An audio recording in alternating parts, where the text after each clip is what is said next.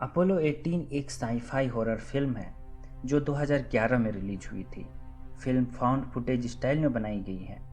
दोस्तों, फिल्म की कहानी को जानने से पहले हमें फिल्म के बैकग्राउंड के बारे में भी जान लेना चाहिए। इससे हमें फिल्म को समझने में आसानी होगी। फिल्म नासा के अपोलो लूनर प्रोग्राम पर आधारित है। नासा ने अपने अपोलो प्रोग्राम के तहत 11 ऑफिशियल मैन मिशन कंडक्ट किए थे, जिसके तहत इंसान को चांद पर पहुंचाने का प्रयास किया गया था। इन 11 प्रोग्राम्स में से एक अपोलो 11 प्रोग्राम भी था, जिसके तहत पहली बार किसी इंसान ने चांद की सतह पर कदम रखा था। नासा के ऑफिशियल अपोलो प्रोग्राम के अनुसार अपोलो 17 आखिरी लूनर प्रोग्राम था जो दिसंबर 1972 में कंडक्ट किया गया था।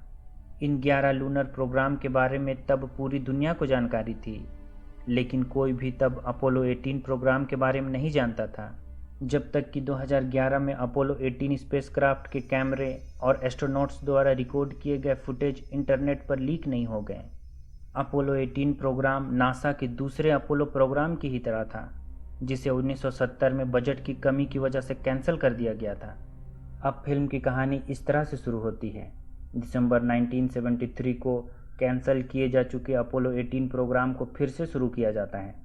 अपोलो 18 के क्रू को यह बताया जाता है कि अब अपोलो 18 प्रोग्राम अमेरिका के डिपार्टमेंट ऑफ डिफेंस यानी डीओडी की तरफ से एक सीक्रेट मिशन के रूप में कंडक्ट किया जाएगा, और अपोलो 18 प्रोग्राम का मिशन होगा चांद की सतह पर डिटेक्टर्स लगाना, जिससे कि सोवियत रूस के इंटरकॉन्टिनेंटल बैलिस्टिक मिसाइल आईसीबीएम के बारे में डिपार्टमेंट ऑफ डिफेंस को जानकारी मिल सके।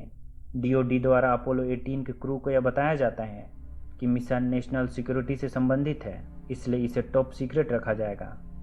अपोलो 18 प्रोग्राम के तहत 3 क्रू मेंबर हैं जिन्हें मिशन पर भेजा जाएगा: commander Nathan Walker, lieutenant colonel John Grey और कैप्टन बेन एंडरसन। मिशन तय समय पर लॉन्च कर दिया जाता है, जिसे नासा सैटेलाइट लॉन्च का नाम देती है। ये एक टॉप सीक्रेट मिशन है जिसे डीओडी कमांड कर रहा है। अपोलो 18 बिना किसी समस्या के सैटर्न रॉकेट से अलग होकर खुद को ऑर्बिट में स्थिर कर लेता है। अपोलो कमांड मॉड्यूल, जिसे फिल्म में फ्रीडम नाम दिया गया है, ऑर्बिट पर ही रुक जाता है, और अपोलो लूनर मॉड्यूल, जिसे लिबर्टी कहा गया है, उसे चांद की सतह की तरफ भेज दिया जाता है। अपोलो कमांड मॉड्यूल फ्रीडम को lieutenant colonel John Grey operate करते हैं, जिसका काम होता है ऑर्बिट से चांद की सतह पर नज़र रखना, और अपोलो लूनर मॉड्यूल लिबर्टी को गाइड करना।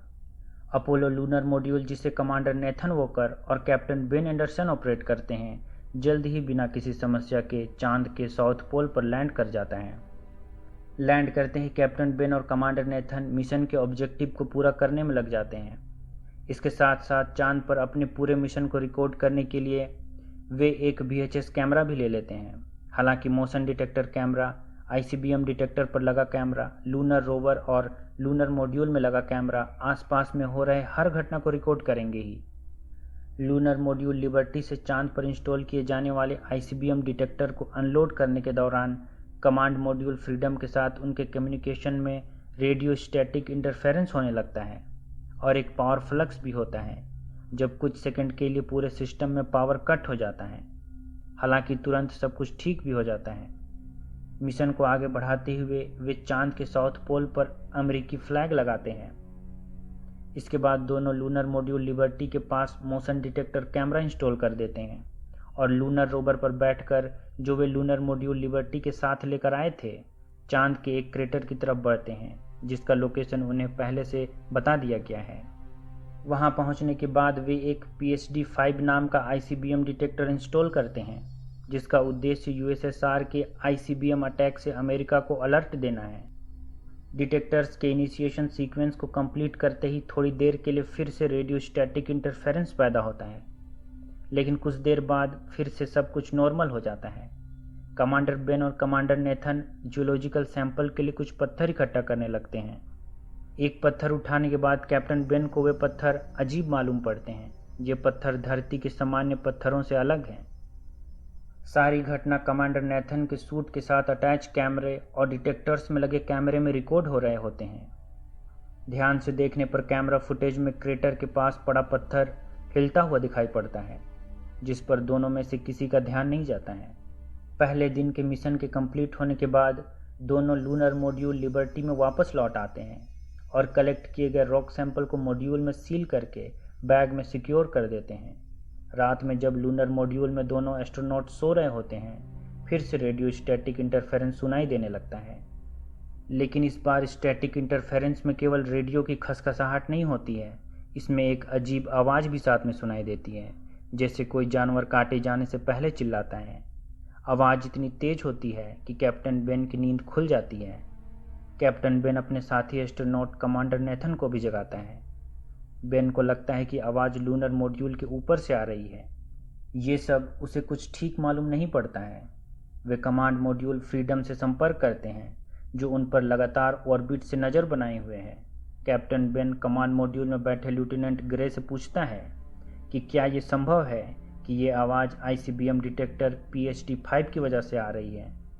इस बारे में लेफ्टिनेंट ग्रे को कोई आइडिया नहीं होता है, सो वो कहता है कि वह पहले DOD से इस बारे में कंफर्म कर लेगा और उन्हें अभी के लिए सो जाने के लिए कहता है।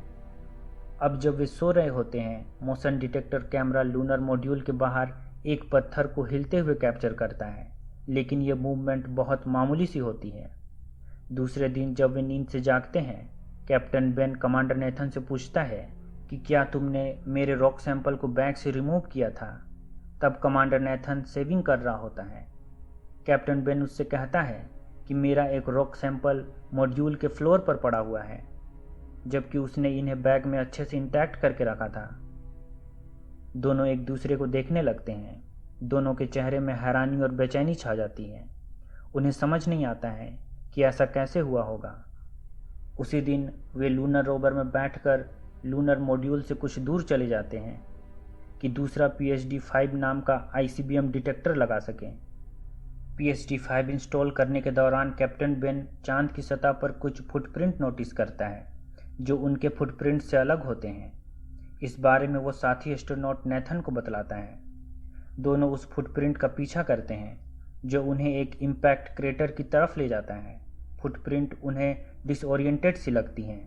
कई बार एक ही जगह पर फुटप्रिंट सर्कल में घूमती हुई दिखाई पड़ती हैं। जल्द ही वे उस इम्पैक्ट क्रेटर के नज़दीक पहुंच जाते हैं। इम्पैक्ट क्रेटर में उन्हें एक Russian lunar module LK lander दिखाई पड़ता है। वे दोनों अब उसकी तरफ बढ़ते हैं। LK लैंडर देखने से अबंडेंट मालूम पड़ता है, जैसे ये कई दिनों से इस्तेमाल ही नहीं हुआ हो। कमांडर नेथन LK लैंडर का दरवाज़ा खोलता है और उसके अंदर चला जाता है। अंदर जाने पर उसे LK लैंडर का सिस्टम कई दिनों से पड़ा हुआ और कबाड़ मालूम पड़ता है। पर जब वो LK लैंडर के सिस्टम को देखता है तो उसे सोवियत सिस्टम उनके लूनर मॉड्यूल के सिस्टम से ज़्यादा अलग नहीं दिखाई पड़ता है। इस बारे में वो अपने साथी एस्ट्रोनॉट बेन को बतलाता है, जो LK लैंडर के बाहर फुटप्रिंट्स का निरीक्षण कर रहा होता है। कमांडर नेथन सिस्टम को ऑन करने की कोशिश करता है। तुरंत ही सिस्टम ऑन भी हो जाता है। वहाँ फ्यूल और ऑक्सीजन का लेवल ठीक ठाक होता है। LK लैंडर पूरी तरह से ऑपरेशनल और फ्लाई कंडीशन में होता है। तभी कैप्टन बेन कमांडर नेथन से कहता है कि आखिर LK लैंडर के क्रू मेंबर्स गए कहाँ होंगे। वो आसपास देख लेना चाहता है ताकि उन्हें ढूंढ सके। कमांडर नेथन उसे रशियंस से सतर्क रहने के लिए कहता है। तभी LK लैंडर के अंदर कमांडर नेथन को खून से लथपथ मेडिकल किट पड़ा हुआ मिलता है। खून के धब्बे LK लैंडर के अंदर चारों तरफ पड़े हुए हैं। कमांडर नेथन को कुछ भी समझ में नहीं आता है कि यहाँ क्या हुआ होगा। उसे लगता है कि शायद किसी को बहुत गहरी चोट आई होगी। वहीं दूसरी तरफ कैप्टन बेन, जो LK लैंडर के बाहर फुटप्रिंट्स का निरीक्षण कर रहा होता है, उसे फुटप्रिंट्स LK लैंडर के पास में ही दूसरे छोटे क्रेटर की तरफ ले जाते हैं। कैप्टन बेन क्रेटर के अंदर जाना चाहता है, जहाँ गुप्त अंधेरा होता है। कमांडर नेथन उससे कहता है कि नीचे ठंड हो सकती है। उनका स्पेस सूट इस तरह के ठंड को झेलने के लिए नहीं बना है। मगर क्रेटर ज़्यादा गहरा नहीं होता है, सो कैप्टन बेन क्रेटर के अंदर चला जाता है। जैसे जैसे वो अंदर उतरता जाता है, ठंड बढ़ती जाती है। बेन की सांसें भारी होने लगती हैं। वह ज़ोर ज़ोर से सांसें लेने लगता है। इसी बीच कैप्टन बेन कमांडर नेथन को बतलाता है कि सरफेस सॉफ्ट मालूम पड़ रही है।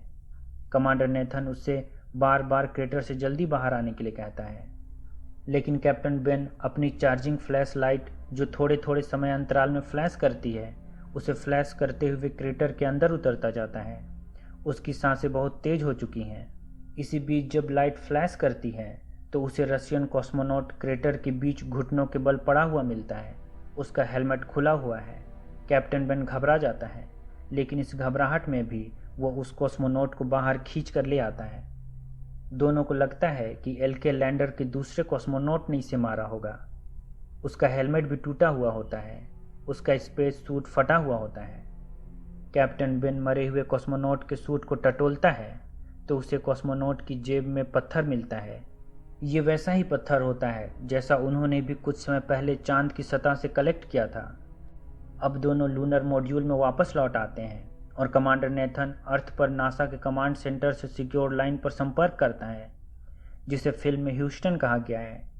कमांडर नेथन उससे चांद पर सोवियत प्रेजेंस के बारे में पूछने लगता है कि क्या उन्हें चांद पर रशियंस के होने की जानकारी थी या नहीं। ह्यूस्टन कहता है कि उन्हें इस बारे में कोई जानकारी नहीं है। कमांडर नेथन को लगता है कि ह्यूस्टन ठीक से कुछ भी नहीं बता रहा है, तो वह ह्यूस्टन से कहता है कि उसका संपर्क डीओडी से कराया जाए। ह्यूस्टन कमांडर नेथन को कहता है कि वे जल्दी ही उसका संपर्क डीओडी से करा देंगे। ह्यूस्टन से कम्युनिकेशन ओवर होने पर लूनर मॉड्यूल में बैठे कैप्टन बेन कमांडर नेथन से कहता है कि उसे मिशन की शुरुआत से ही लग रहा था कि कुछ न कुछ गड़बड़ है। डीओडी ने क्यों नासा के कैंसल मिशन को टेक ओवर किया? डीओडी ने हमारे परिवार को मिशन के बारे में क्यों झूठ बोला? और रशियंस यहाँ पर क्या कर रहे हैं? क्या सिर्फ स्टूपिड लिसनिंग डिवाइस लगाने के लिए ये सब हो रहा है? इन सब का कोई मतलब नहीं है, बात कुछ और है। कमांडर नेथन पूछता है, असल में हम यहाँ पर कर क्या रहे हैं? उस रात जब वे सो रहे होते हैं, एक बहुत ही तेज रेडियो स्टैटिक नॉइस होने लगती है और मोशन कैमरा झिलमिलाने लगता है, और तभी कोई चीज़ लूनर मॉड्यूल लिबर्टी से जोर से टकराती है। लूनर मॉड्यूल लिबर्टी इतनी जोर से हिलता है कि कमांडर नेथन के ऊपर एक हेलमेट जो उसने ऊपर में रखा हुआ था आकर गिरता है। नेथन नींद से जागता है और लूनर मॉड्यूल के बाहर देखने की कोशिश करता है। वो समझने की कोशिश करता है कि आखिर में ये सब क्या हो रहा है। अगले दिन कैप्टन बेन VHS कैमरा से खिड़की के बाहर की रिकॉर्डिंग करता है तो उसे लूनर मॉड्यूल के पश्चिम में उनके द्वारा लगाया गया अमेरिकी झंडा दिखाई नहीं पड़ता है। कैप्टन बेन कमांडर नेथन को कहता है, झंडा गायब है। वे तुरंत कमांड मॉड्यूल फ्रीडम से संपर्क करते हैं और बतलाते हैं कि उनके द्वारा लगाया गया झंडा गायब है। वे कमांड मॉड्यूल फ्रीडम से उनके लूनर मॉड्यूल लिबर्टी के पश्चिम में कोई गतिविधि देखे जाने की बात पूछते हैं, लेकिन उनका कम्युनिकेशन कमांड मॉड्यूल फ्रीडम से टूट जाता है। लेकिन अब भी उनका संपर्क ह्यूस्टन से बना रहता है। कैप्टन बेन ह्यूस्टन से कहता है कि ये जरूर दूसरे कॉस्मोनॉट का काम होगा। दूसरे कॉस्मोनॉट ने फ्लैग हटा दिया होगा। ह्यूस्टन कहता है कि ये सब करने के लिए दूसरे कॉस्मोनॉट के पास उतना ऑक्सीजन नहीं होगा। सोवियत लैंडर में केवल 12 घंटे का ऑक्सीजन होता है। कैप्टन बेन ह्यूस्टन से पूछता है कि अगर एलके लैंडर में केवल 12 घंटे का ऑक्सीजन होता है तो फिर दूसरा कॉस्मोनॉट कैसे सरवाइव कर सकता है और कैसे उसने झंडा वहाँ से हटा दिया है। ह्यूस्टन कहता है कि शायद वहाँ कोई दूसरा कॉस्मोनॉट है ही नहीं। बेन ह्यूस्टन से पूछता है कि क्या वे यह कहना चाहते हैं कि Soviet mission one man mission था? अगर ये वन मैन मिशन था तो उस कॉस्मोनॉट को किसने मारा और किसने हमारा झंडा हटा दिया? कमांडर नेथन ह्यूस्टन से कहता है कि उसे अभी तुरंत डीओडी से बात करनी है। डीओडी से संपर्क होने पर डीओडी उनसे कहता है कि उन्हें कन्फर्म नहीं था कि सोवियत भी चांद पर पहुंच चुके हैं। उन्हें बस अंदेशा था कि सोवियत भी चांद पर हो सकते हैं। अब दोनों एस्ट्रोनॉट बस वहां से निकल जाना चाहते हैं। उनका मिशन भी पूरा हो चुका है। दोनों PSD-5 डिटेक्टर्स चांद की सतह पर लगा दिए जा चुके हैं। वे जल्दी से खुद को लॉन्च के लिए तैयार करते हैं, लेकिन ठीक लॉन्च से पहले फिर से तेज रेडियो स्टैटिक इंटरफेरेंस होने लगता है। मोशन डिटेक्टर कैमरा झिलमिलाने लगता है और ऐसा लगता है कि कोई चीज़ उनके लूनर मॉड्यूल लिबर्टी से जोर से टकराई है। लूनर मॉड्यूल लिबर्टी के अंदर जोर जोर से अलार्म बजने लगता है। ऑक्सीजन टैंक लीक होने लगता है और इंजन काम करना बंद कर देता है। उनका कम्युनिकेशन भी टूट जाता है। कैप्टन बेन मॉड्यूल के अंदर से बाहर उनके लूनर रोवर को एक और लुढ़का हुआ देखता है। कमांडर नेथन बेन से कहता है कि शायद कोई मीटेओराइट टकराया है। कमांडर नेथन डैमेज का जायजा लेने के लिए लूनर मॉड्यूल के बाहर जाता है। लूनर मॉड्यूल का निरीक्षण करने के दौरान उसे लूनर मॉड्यूल से किसी भी तरह के मीटेओराइट के टकराने का सबूत नहीं मिलता है।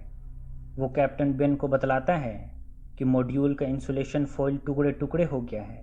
वो कहता है कि उसे यहाँ पर कुछ ट्रैक्स भी नज़र आ रहे हैं जो इंसानी ट्रैक्स मालूम नहीं पड़ते हैं। ये ट्रैक्स एक्स्ट्रा टेरेस्ट्रियल हैं। ट्रैक्स ऐसे हैं जैसे किसी ने पत्थर को एक जगह से दूसरे जगह पर सरकाया हो। कैप्टन बेन कमांडर नेथन को कहता है कि उसे पता भी है कि वो क्या कह रहा है। इसी बीच कमांडर नेथन को उनका झंडा भी मिल जाता है जिसके बुरी तरह से चिथड़े उड़े हुए होते हैं और मोशन सेंसर कैमरा लोकेशन से गायब होता है। अब कमांडर नेथन नज़दीक पड़े लूनर रोवर को सीधा करता है। उसे रोवर पर लगा एस बैंड कम्युनिकेशन एंटेना ठीक दिखाई पड़ता है, तो कमांडर नेथन रोवर में लगे कम्युनिकेशन मॉड्यूल के जरिए ह्यूस्टन और फ्रीडम से संपर्क करने की कोशिश करता है, पर कोई फायदा नहीं होता है। नेथन रोवर पर लगे एस बैंड एंटेना को अर्थ की तरफ मोड़ने की कोशिश करता है। इसी बीच उसे ऐसा लगता है कि कुछ हिल रहा है। कैप्टन बेन पूछता है कि क्या हिल रहा है, तो वो कहता है कि उसे लग रहा है कि उसके सूट के अंदर कुछ मूव कर रहा है। फिर वो चिल्लाने लगता है कि उसके हेलमेट के अंदर कुछ चल रहा है। लूनर मॉड्यूल में लगा कैमरा कमांडर नेथन के हेलमेट के अंदर मकड़ी जैसी कोई चीज़ को क्रोल करते हुए रिकॉर्ड करता है, पर कैप्टन बेन ये सब नहीं देख सकता है क्योंकि कमांडर नेथन का चेहरा दूसरी तरफ है। कमांडर नेथन चिल्लाते हुए गिर जाता है और ज़ोर ज़ोर से सांस लेने लगता है। तभी कैप्टन बेन कमांडर नेथन के रेस्क्यू के लिए लूनर मॉड्यूल लिबर्टी से बाहर आता है और कमांडर नेथन को किसी तरह मॉड्यूल के अंदर ले जाता है और जल्दी से उसके सूट को मॉड्यूल के ऑक्सीजन सप्लाई से जोड़ देता है। धीरे धीरे नेथन नॉर्मल होने लगता है और जल्द ही पूरी तरह से होश में आ जाता है। लूनर मॉड्यूल लिबर्टी के अंदर कमांडर नेथन के पूरी तरह से होश में आने पर कैप्टन बेन नेथन से पूछता है कि तुम कह रहे थे कि तुम्हारे सूट के अंदर कुछ मूव कर रहा है। कमांडर नेथन इस बात से मुकर जाता है, उसे इस बारे में कुछ भी याद नहीं होता है। इसी बीच कैप्टन बेन कमांडर नेथन के चेस्ट के नीचे खून का धब्बा नोटिस करता है। जब कमांडर नेथन सूट पूरी तरह से हटाता है तो कमांडर नेथन के चेस्ट के नीचे एक बड़ा सा कट दिखाई पड़ता है। बेन कहता है कि तुम कह रहे थे कि तुम्हारे सूट के अंदर कुछ मूव कर रहा है। दोनों एक दूसरे को देखने लगते हैं। बेन नेथन के कट को छूकर ऑब्जर्व करता है। उसमें हार्डनेस होती है, जैसे उसके अंदर कुछ है। कैप्टन बेन कैंची और चिमटे की मदद से उस चीज़ को बाहर निकालने की कोशिश करता है। जल्द ही वो चीज़ झटके से बाहर भी आ जाती है और फर्श पर गिर जाती है। दोनों देख सकते हैं कि ये चीज़ और कुछ नहीं है बल्कि पत्थर का एक टुकड़ा है जो जियोलॉजिकल सैंपल के रूप में उन्होंने कलेक्ट किया था। कमांडर नेथन हड़बड़ाते हुए एक हैमर उठाता है और उस पत्थर के टुकड़े टुकड़े कर देता है। कैप्टन बेन तब नेथन पर चिल्लाता है कि तुम पूरे शिप को कंटेमिनेट कर रहे हो। तभी रेडियो पर स्टैटिक साउंड आने लगता है। ह्यूस्टन उससे संपर्क करने की कोशिश कर रहा है। वो अब ह्यूस्टन को सुन पाते हैं, लेकिन कम्युनिकेशन एक तरफा होता है। ह्यूस्टन तक उनकी आवाज़ नहीं पहुंच रही होती है। थोड़ी देर बाद कैप्टन बेन कहता है कि उसे लगता है कि ये मिशन रशियंस पर निगरानी रखने की कभी थी ही नहीं। कमांडर नेथन कहता है कि डीओडी को पहले से सब कुछ पता था, उन्होंने हमें गिनी पिग के रूप में इस्तेमाल किया है। उसे लगता है कि PSD-5 डिटेक्टर्स की फ्रीक्वेंसी उनके कमांड मॉड्यूल फ्रीडम और ह्यूस्टन के बीच कम्युनिकेशन को ब्लॉक कर रही है। अब वे उस PSD-5 डिटेक्टर को डिस्ट्रॉय कर देना चाहते हैं। Captain Ben lunar module liberty से बाहर जाता है और नज़दीक में इंस्टॉल किए गए PSD-5 डिटेक्टर्स को बंद कर देता है।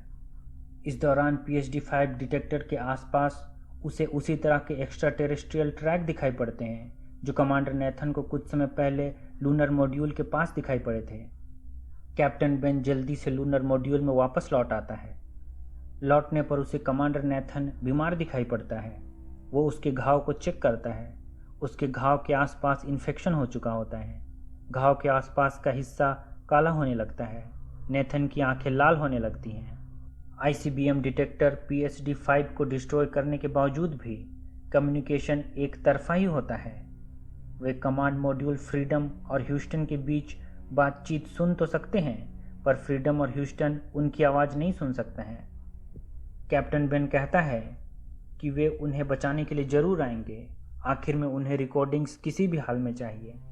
अब लूनर मॉड्यूल में ज़्यादा समय के लिए ऑक्सीजन नहीं बचता है, सो कमांडर नेथन कैप्टन बेन को कहता है कि वे उसे यहीं पर छोड़ दें।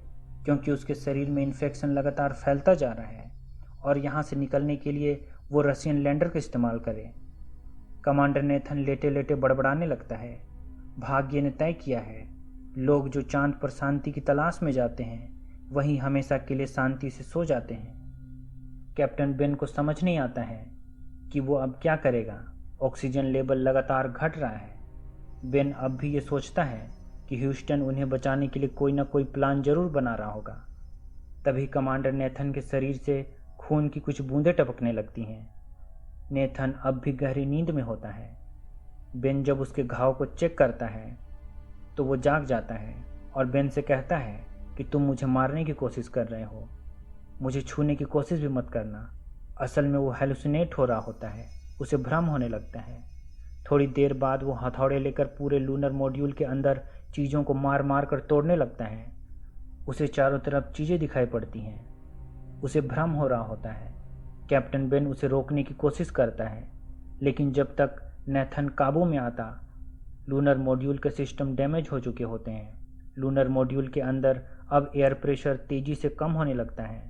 कैप्टन बेन कमांडर नेथन को किसी तरह स्पेस सूट पहनाता है और लूनर मॉड्यूल छोड़ देता है। दोनों रशियन एलके लैंडर की तरफ जाने लगते हैं। नेथन बहुत मुश्किल से चल पाता है। वो लगातार कहता है कि वे चारों तरफ हैं, वे हमें देख रहे हैं, वो मेरा इंतजार कर रहे हैं। कैप्टन बेन उसे किसी तरह रोवर पर बैठाता है। अब वे तेजी से एलके लैंडर की तरफ बढ़ते हैं, लेकिन कमांडर नेथन इतना ज़्यादा भ्रमित होता है कि रोवर से जंप करने की कोशिश करता है। बेन ऐसा करने से उसे रोकने की कोशिश करता है। ऐसा करते हुए रोवर का बैलेंस बिगड़ जाता है और वे रोवर से गिर जाते हैं। गिरने के बाद कैप्टन बेन थोड़े समय के लिए बेहोश हो जाता है। जब वे रोवर से गिर रहे होते हैं, रोवर में लगा कैमरा आसपास के बड़े पत्थरों को मकड़ी की तरह रोवर से दूर जाते हुए कैप्चर करता है। अब जब कैप्टन बेन जागता है, रोवर टूट चुका होता है और वहां कमांडर नेथन का कुछ अता पता नहीं होता है। बेन का ऑक्सीजन लेवल लो हो रहा होता है, सो वो तेजी से एलके लैंडर की तरफ भागता है। उसकी सांस तेज होने लगती है।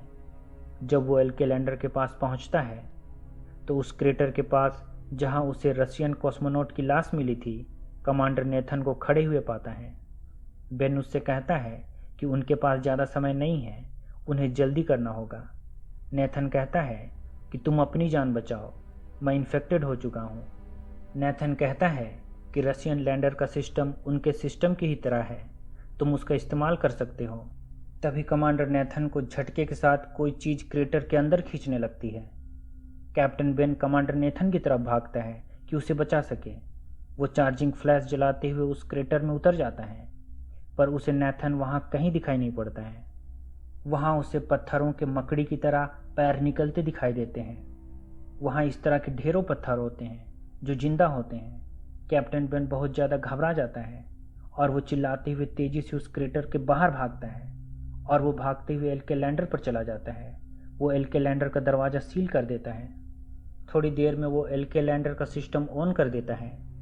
अब बेन एलके लैंडर पर लगे रेडियो से रशियन स्पेस एजेंसी रोसकोसमोस को संपर्क करने की कोशिश करता है, पर पहली कोशिश में उसे वहाँ से कोई रिस्पॉन्स नहीं मिलता है। लेकिन थोड़ी देर बाद रशियन स्पेस एजेंसी से उसका संपर्क हो जाता है और वे उसका कम्युनिकेशन डीओडी से इस्टेब्लिश कर देते हैं। डीओडी उससे कहता है कि वो उसे वापस नहीं ले सकता है। बेन डीओडी को कहता है कि उसे किसी भी तरह का इन्फेक्शन नहीं हुआ है, लेकिन डीओडी किसी भी तरह का रिस्क लेने के लिए तैयार नहीं है। बेन कहता है कि उसका एक परिवार भी है। डीओडी उससे कहता है कि वो उसके परिवार को कह देगा कि तुम एक हीरो की मौत मरे। बेन रोने लगता है। अब वो ह्यूस्टन से संपर्क करने की कोशिश करता है, पर उस फ्रीक्वेंसी पर भी उसका संपर्क डीओडी से ही होता है। बेन अब बहुत उदास हो चुका है और उसने पृथ्वी पर लौटने की सारी उम्मीद छोड़ दी है। बेन बैठकर अपने परिवार को याद करने लगता है, पर तभी कमांड मॉड्यूल फ्रीडम उससे संपर्क करता है। फ्रीडम डीओडी और बेन के बीच हुई सारी बातों को सुन सकता था। फ्रीडम उससे कहता है कि डीओडी चाहे जो भी कहे वो उसे वहाँ से बाहर निकालेगा, और फ्रीडम उसे एलके लैंडर का इंजन ऑन करने के लिए कहता है। जैसे ही एलके लैंडर का इंजन ऑन होता है, कमांडर नेथन वापस आ जाता है और एलके लैंडर के दरवाजे को हथौड़े से पीटने लगता है। कैप्टन बेन उसके चेहरे पर उन छोटे छोटे एक्स्ट्रा टेरेस्ट्रियल जीवों को क्रॉल करते हुए देख सकता है। ये जीव चांद के पत्थर का क्यूमोफ्लाज लिए हुए होते हैं। ये बिल्कुल चांद के पत्थरों की तरह ही दिखाई पड़ते हैं। थोड़ी देर में कमांडर नेथन के हेलमेट के अंदर ढेर सारे क्रीचर क्रॉल करने लगते हैं और उसके हेलमेट का शीशा टूट जाता है और कमांडर नेथन वहीं मर जाता है। फ्रीडम कहता है कि अगर उसे घर वापस जाना है तो उसे अभी लॉन्च करना होगा। बेन एल कैलेंडर को लॉन्च कर देता है। वहीं डीओडी कमांड मॉड्यूल फ्रीडम से कहता है कि कैप्टन बेन कंटेमिनेट हो चुका है, इसलिए वो उसे रिकवर ना करे और तुरंत मिशन अबॉर्ट कर दे। अगर वो ऐसा नहीं करता है तो डीओडी उसके साथ सारे ट्रांसमिशन बंद कर देगा और उसे किसी भी तरह का ग्राउंड सपोर्ट नहीं दिया जाएगा। उधर जैसे ही कैप्टन बेन चांद की ग्रेविटी से बाहर आता है, एल के लैंडर के अंदर रशियन कॉस्मोनॉट द्वारा कलेक्ट किए गए रॉक सैंपल हवा में तैरने लगते हैं। ये ढेर सारे सैंपल होते हैं जो असल में एलियन जीव हैं जो पत्थर का कीमोफ्लाज लिए हुए हैं। सारे जीव अब कैप्टन बेन पर टूट पड़ते हैं। कैप्टन बेन पूरी तरह से कंटेमिनेट हो चुका होता है। उधर कमांड मॉड्यूल में बैठे लेफ्टिनेंट ग्रे बेन से कहता है कि तुम बहुत तेजी से कमांड मॉड्यूल की तरफ आ रहे हो, तुम्हें खुद को स्लो करना होगा, नहीं तो वो कमांड मॉड्यूल फ्रीडम से टकरा जाएगा। वो रेडियो पर बेन बेन चिल्लाता रह जाता है, लेकिन कैप्टन बेन अब उसकी आवाज़ नहीं सुन सकता है। उसके शरीर पर एक्स्ट्रा टेरेस्ट्रियल जीवों ने कब्जा कर लिया है। एल कैलेंडर बड़ी तेज़ी से कमांड मॉड्यूल फ्रीडम की ओर बढ़ने लगता है। थोड़ी ही देर बाद L calendar command module freedom से टकरा जाता है और सब कुछ खत्म हो जाता है। नासा के ऑफिशियल रिपोर्ट के अनुसार तीनों एस्ट्रोनॉट सैटेलाइट क्रैश में मारे गए हैं। चांद पर हुई इस घटना की वजह से ही नासा ने फिर कभी कोई मून मिशन कंडक्ट नहीं किया। दोस्तों, ये था अपोलो 18 मूवी का एक्सप्लेनेशन। अगर आपको एक्सप्लेनेशन पसंद आया हो तो हमें लाइक करें और चैनल को सब्सक्राइब कर दें।